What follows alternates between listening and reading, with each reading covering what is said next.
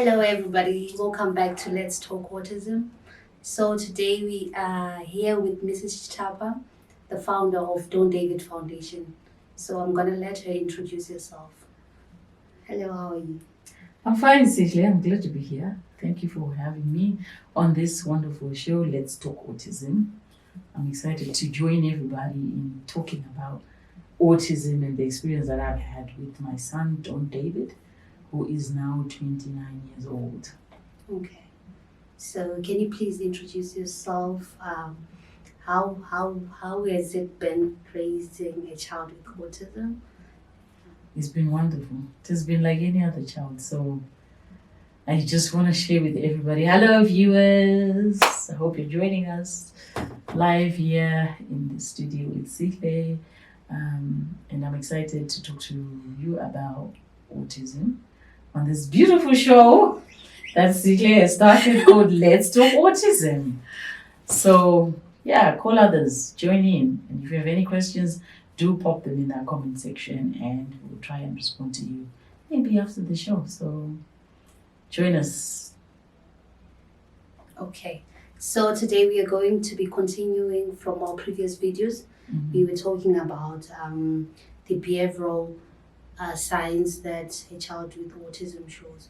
So we are going to talk about how they communicate, how they interact with the world, and how they understand generally what's happening around them. So we are going to start with the communication. How did your son communicate with you, and in response, how did you communicate with him? Yeah, that's a very good question. Well, my son was diagnosed with autism much later in his life, but I sort of noticed at the age of 3 that he could not talk. And we had to visit some speech therapists to get a proper diagnosis as to why he can't talk. We were not sure what was the problem, but we were told that he's got delayed speech. And we were given some ways of communicating with him and encouraging him also to respond to us verbally. It wasn't an easy task because he wouldn't say much. He only started saying mom at the age of 3. And that was about it. All he would say is mom, mom, mom, mom, mom. For dad, it was mom, mom, mom, mom. So, which was a bit concerning. So with speech therapy, that really helped. That intervention really helped. He could now sort of look at us, look at us when we're talking, because children with autism barely look at you. They've got very poor eye contact. So seeing my son growing up and understanding the impact of autism on him, we noticed that he didn't really look at us. And so his speech didn't really come forth as quickly as it should. Because when you compare him with his peers, say at the age of 3, a 3-year-old who has developed fully in their speech, they're able to look at you when you're having a conversation. They ask questions. They're able to put a sentence together. It may not be so perfect, but they're able to put a sentence together. But a child who has autism, you find that their communication is very limited. They'll say the one word and they may never repeat the word. They might point, they might pull you along to show you what they want. They might touch, themselves, demonstrating where maybe if they're feeling pain, they might touch their head, they might, shake their heads. So they'll do different ways of communication. I could say it's more body language or non-verbal cues that they demonstrate rather than verbal. So with my son, we learn to understand his body language more than anything. So I can almost tell that if he's sitting in a certain way, he's uncomfortable, or if he stands up, I can almost tell that he wants to either go to the bathroom, or if he pushes food away, I can say he doesn't want it. So we learn to observe his body language to understand what he's trying to say. Okay, so from what you're saying, I understand that as a parent, you need to really observe what your child is doing. That is their way of communication mainly, is it? Yes. Non-verbal communication is what you have to really sort of study broadly. Watch every cue, every sign, every movement, it's pretty much like a little baby. You know, when a baby is born, they don't have language, but as a mom, you're able to say, that cry means this. That cry means they're tired. That cry means they're hungry. That cry means they need a nappy change. That cry means they've got something somewhere. So as a mom, you're kind of like, you kind of understand your baby. So with a child with autism, that development of speaking takes longer, and it may never come sometimes, because you've got of of two types of people. How can I say this? Bear with me. I'm trying to find the right words. I'm trying to find the right words. What I'm trying to say is, people who have autism, some have verbal communication, some have very little, some have none. Okay. But they have non-verbal cues that they demonstrate. So now you have to kind of try and understand how they would express themselves, whether verbally or non-verbally. I don't know if I'm making sense. Yeah, you are saying it depends on which part of the spectrum the child is. Yes. Yes, it's either mild, middle one, or the extreme side. Yeah. Okay. So, okay. So maybe you can tell us how he interacted with other his peers, or maybe when it was time to, like, the school going age, how was it for you and for him? Okay. So social interaction is one of those areas that a child with autism is impacted. So they're not able to relate very well with others because of delayed speech. So when my son was about 7 and he was school going age, speech had not quite developed at all. He still had the 1 or 2 word syllables, which was difficult for other children to understand. So if he wanted something, he would probably say it once, like, I want drink. Or he might say, I want toilet. So he's skipping some of the words that connect a sentence. So other children would struggle to understand what he's saying. Because at 7, children are verbal, right? They are able to tell you what they want. So he struggled in school with interaction. So he struggled making friends because he couldn't ask people, what is your name? Or if they asked him, what is your name? He would take long to respond to that. He could say Dawn, but then engaging in school activities was difficult. Because with language delays, it's really hard. Okay. Maybe you can tell us more. How do you think maybe we can deal with this? Maybe in schools, how do you think our children with autism can be accommodated? Do you think mainstreaming is the way to go, or they need special schools? Well, it depends at what the diagnosis is. So if a child is autism, I feel that if they're in the mainstream, maybe during their primary years, it's very helpful because they can learn from other peers how to talk. It can be a motivator, because I remember my son, when he was in primary school, he used to pick words. He would repeat what he heard others say. He may have had little understanding of what the conversations were, but you could tell that he's hearing what others are saying. So they do learn. They just learn at a slower pace sometimes. And it just depends, where your child is at on the autism spectrum. Some are very high functioning. In other words, they've got language and they understand what people are saying. But when it comes to interaction, then they're also affected, because then they are easily angered, or they're not very patient with what people are saying, or sometimes they just say things out of context. So when somebody can talk, it doesn't necessarily mean that they can interact. There's a big difference there. It's a development area. And it's not just children with autism, even us adults. Interaction is another area that people must develop. And I think as we grow, we start to understand that when we're talking to other people, this is how I should interact. I have to observe the nonverbal cues that you're giving me, that you're understanding me, the eye contact. But a person with autism, they've got poor interaction simply because they don't observe those nonverbal cues that give them guidance. So this is where the challenge is. So that's why they are poor at interaction. Yeah. So, I believe you you were based in the UK for some time, Mhm. and then you decided to come back home.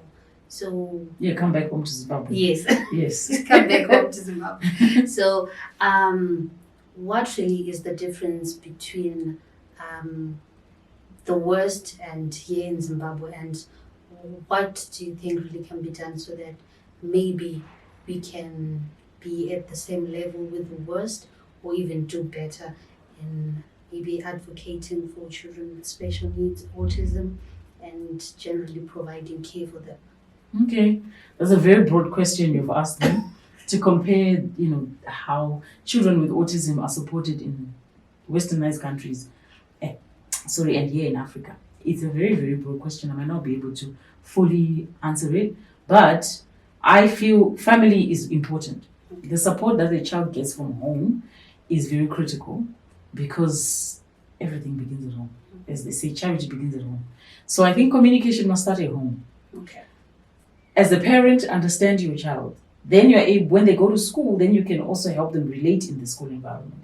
Because then you, the parent, are the one who's going to support your child in school. You have to communicate with the teachers, how your child communicates. So it's very important. Yes, school services are there, organizations are there. But I think the best person who understands their child is the primary carer, the mother or the carer, whoever is responsible in the life of that child. It's very, very important. In terms of improving type of services in Africa, we have a long way to go. Yeah. That's all I know. Some schools are there. They've got specialized training, specialized teachers in schools. But we are still working on it. And I think schools are slowly getting there. They're beginning to embrace people with autism. And I would like, to let our viewers know that it starts with us. We have to embrace them. We have to accept them for where they're at and try and understand them rather than judge them. Trying to fix them. Yeah, and trying to fix them and say, no, this is how you say a word. So I remember my son when he was growing up, he would pronounce certain words in quite a gibberish way, but other children would laugh at him. So to support that child within school, I think everybody must understand that child. Say, okay, if they say a word, let's not laugh, but let's just say, maybe support them to say it in the correct way. It's just like you train a little kid how to talk. Okay. So if a child comes to you and says, power, and you want to say flower, for example, you don't laugh at them. You say, oh, you mean flower. So you kind of correct them, giving them the right word, rather than to laugh at how they pronounce them, because in that way they don't develop. So I think the support services should not just be schools. It should be everybody in the community. Okay. Everybody must be involved. Everybody must be aware that we've got people that are like that. And they take time and they will develop at their own pace. Yes, we can do all the necessary intervention, like what they've done in the Western countries, as you say. There's a lot of intervention taking place, because everybody's studying more about this condition. But in Africa, I think we can explore those areas and study more so we can support our children. Yeah, so that's all I can say for now. Okay. Okay. Maybe before you get to your last word, we understand the intervention that you've come up with and your team as to support this. What can you say about that? Okay, do you want to rephrase that so I can get some clarity? Okay, I'm saying we have set up an organization that wants to try and advocate and support children with special needs. Can you at least tell us a bit more about that and the direction that you want the organization to go? Okay, so we have set up a foundation called Don't David Foundation. It's an organization that identifies children with special needs within our communities, especially those with cognitive disabilities. So we're looking at children that are so-called slow learners, which we can't really tell you. If somebody comes to me and says, oh, my child is not learning at the pace that others are learning, or my child is slow at this, my child has not developed at this point, we might not be able to, label it and say it's autism. So what we do, we just identify some of those challenges that a child is facing while they are growing, and then we refer them for assessments so that we know exactly what the diagnosis they have. And our main role is to support them, fundraise, meet them at their point of need. And we would like to also appeal to some of you, our supporters, to donate whatever you can, cash, kind, whatever resource that you have, information. It could be equipment, whichever way you can help. I mean, we appreciate everything. We've got about 6 children that we're sending to special schools who have autism and other conditions related to autism. And you know, every penny counts, and that's what I would like to appeal to our viewers to kindly donate. Look, we'll put the link in our bio, and if you feel led to give towards these children, we'll give you more information about them. You can actually continue to follow us on Instagram and watch some of the children that we support. So, as a director, yes, I'd love to continue to reach out to many, bring more awareness to our communities about what autism is all about and other, you know, related conditions, and how best we can support these children. Okay, thank you very much. Your last words to parents raising children with special needs. Well, to parents who are raising children with special needs, I always say love them. Love your child, accept your child, care for your child, understand your child. Then you can help everyone else understand them. If you don't accept your child, you will struggle. That child will struggle, and you will also feel sorry for them, and you feel sorry for yourself that you're that child. You have no need to be questioning why you have a child with special needs. God saw that you were the appropriate carer, so love them, you know, care for them. You learn so much from them, and I have learned so much from them. My son is now 29 years old, so really I've walked the journey, and I've experienced what it's like to raise somebody who is so-called non-verbal, someone who expresses themselves differently, like my son. And to be honest, is like any other person. He's just different in the way that he communicates, in the way that he relates. So just understand your child. It doesn't matter what condition they've got. Just love them and ask wisdom from God to say, Lord, how do I raise this one? How do I parent this one? Because nobody comes with a blueprint. Yes. Like, this is how you're going to raise this child. Nobody does. You know, I'm inspired from Moses, you know, the story of Moses in the Bible. That when the mother saw her son during the most difficult times when all the boys had to be killed. Yeah, if you know that story in the Bible, Exodus chapter 2. And the mother looked at her son and she said, this boy is too beautiful. This boy has a purpose. And she hid that child under the most severe conditions. She hid the child in a basket. She weaved a basket. She prepared the child. She said, you know what, I'm not going to let this child die. So she gave birth to the child and looked after it for 3 months. 3 months, I think, yeah. Then when the child was getting louder and bigger, she thought, you know what, let me weave a basket, put him in a basket, and then put him in the Nile River. Who knows, God is just going to perform a miracle. And God did. Because that child was then adopted by Pharaoh's daughter. Pharaoh's daughter looked at the child and said, what a beautiful baby. It must be one of the Hebrew children. And then she said, I'm going to look after it like it's my own. So where did it begin? It started with the mom. Yeah. The mom looked at the child and said, what a beautiful child. And protected that child and did whatever she could to make sure the life of that child is preserved. And then when she released the child, she still trusted God to help her raise the child. And she did. Read Exodus chapter 2. What happens? She gets hired to feed her own child. We don't know what that mom did. She must have breastfed that child. She must have looked after that child so well, but she never revealed that she was the mother. And yet Pharaoh's daughter, thinking, oh, I've got the best of the maids, paid her to look after the child. So sometimes, as parents, we need to think about that. To say, okay, I've been given the child. Doesn't matter what they look like. Doesn't matter what form or shape they're in. Right? They may be whole, they may have other defects that we see as they're growing up, whatever disability that they come with. Because nobody ever has a plan to say, I'm going to give birth to what kind of a child. Nobody knows. Nobody knows what kind of child you're going to have. Yeah, but when you have it, you embrace it. Then you trust God to raise it. And that's my encouragement to the parents, that look at that child and see the beauty in that child. And love that child and do the best you can. With God, all things are possible. And you learn so much from him. Yeah. Thank you very much. You're welcome. Thank you. It was nice having you here.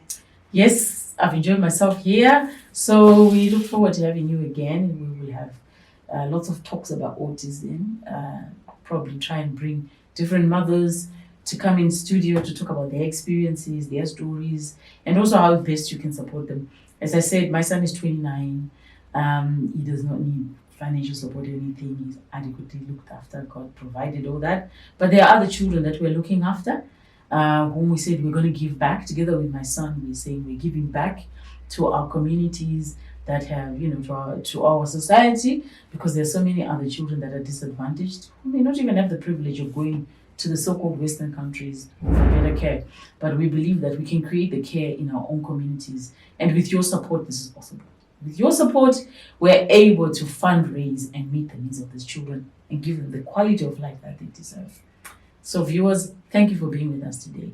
I really enjoyed this talk with Sifie. Let's talk autism. Thank you very much. It was nice having you. Please join us next time for Let's Talk Autism.